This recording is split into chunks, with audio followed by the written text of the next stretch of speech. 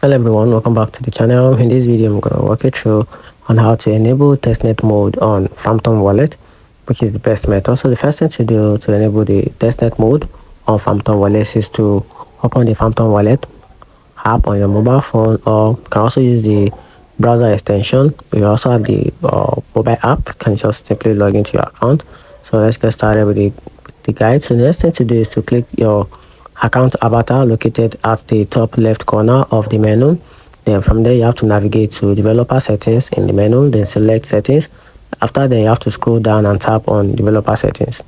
So once that is done, you have to enable the testnet mode, then toggle the testnet mode switch to on position. Then after that you have to select the desired testnet network, enabling the testnet mode. Choose the network you want to connect to.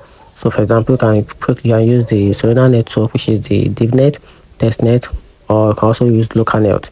Then for Ethereum network, you can use the Sepolia, you can also use base Sepolia, or you can use Polygon Harmony.